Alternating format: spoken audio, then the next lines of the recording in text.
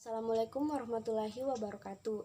Perkenalkan, nama saya Nur Hatijah dari kelas 11 Galileo Galilei, nomor urut 27. Di sini saya akan menjelaskan tentang uji kompetensi bab 2. 1. Apa yang dimaksud dengan demokrasi? Demokrasi adalah bentuk pemerintahan di mana semua warga negaranya memiliki hak serta dalam pengambilan keputusan yang dapat mengubah hidup mereka. 2. Jelaskan macam-macam demokrasi. Berdasarkan penyaluran kehendak, demokrasi terbagi menjadi dua macam, yaitu demokrasi langsung dan demokrasi tidak langsung. Selanjutnya, berdasarkan hubungan kelengkapan negara, demokrasi terbagi menjadi 4, yaitu demokrasi perwakilan dengan sistem referendum. Yang kedua, demokrasi perwakilan dengan sistem parlementer. Yang ketiga, demokrasi perwakilan dengan sistem pemisahan kekuasaan. Dan yang terakhir, demokrasi perwakilan dengan sistem referendum dan inisiatif rakyat. Selanjutnya, berdasarkan prinsip ideologinya, demokrasi terbagi menjadi 3, yaitu demokrasi liberal, demokrasi rakyat, dan demokrasi Pancasila. Yang ketiga, jelaskan Sokoguru Demokrasi Universal. Sokoguru Demokrasi Universal adalah suatu demokrasi yang ditegakkan atau didirikan berdasarkan suatu dasar berpijak atau pilar atau tiang penyangga yang kokoh yang dapat beradaptasi pada berbagai lapisan masyarakat dengan menebus batas sekat ruang dan waktu. 4. Jelaskan bahwa demokrasi Pancasila lebih unggul jika dibandingkan dengan demokrasi lainnya.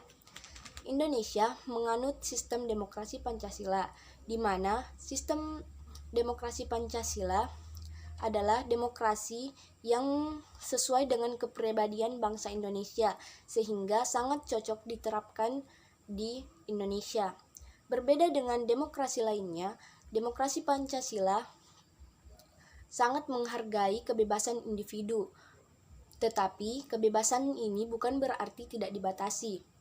Kebebasan individu dalam demokrasi Pancasila dibatasi oleh hak-hak orang lain yang juga harus dihargai.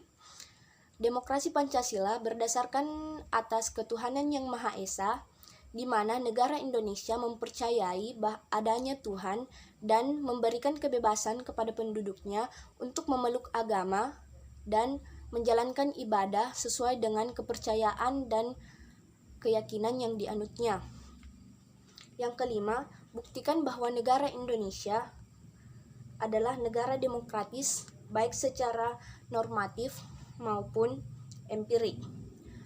Normatif adalah bukti yang berupa doktrin tertulis atau yang berhubungan dengan data-data. Contohnya, pembukaan Undang-Undang Dasar 1945 alinea keempat, Undang-Undang Dasar 1945 Pasal 1 Ayat 1, serta Undang Dasar 1945 Pasal 1 Ayat 2. Yang kedua yaitu bukti empirik. Bukti empirik adalah bukti yang berupa kenyataan atau yang didapatkan langsung dari pelaksanaan di masyarakat. Contoh bukti empirik yaitu adanya pemilu yang diadakan untuk membentuk pemerintahan, baik pemerintahan pusat ataupun pemerintahan daerah. Yang kedua, pembagian kekuasaan yang ada di jajaran penguasa legislatif, eksekutif, dan yudikatif. Pertanggungjawaban pemerintah yang dilakukan secara terbuka oleh pemerintah dalam jangka waktu tertentu. Yang keenam yaitu jelaskan prinsip-prinsip yang perlu dilaksanakan untuk mewujudkan kehidupan yang demokratis. 1. Yaitu menghormati dan mengakui bahwa setiap manusia memiliki hak asasi. Yang kedua, selalu mengambil keputusan berdasarkan musyawarah. Yang ketiga, melaksanakan pemilihan untuk menentukan pemimpin negara maupun wilayah di bawahnya. Yang keempat, menyeimbangkan kewajiban dan hak. Yang keenam yaitu menjunjung tinggi cita-cita, visi, dan tujuan nasional. Yang ketujuh yaitu pemerintah yang dibentuk harus berdasarkan konstitusi dan sifatnya tidak terbatas.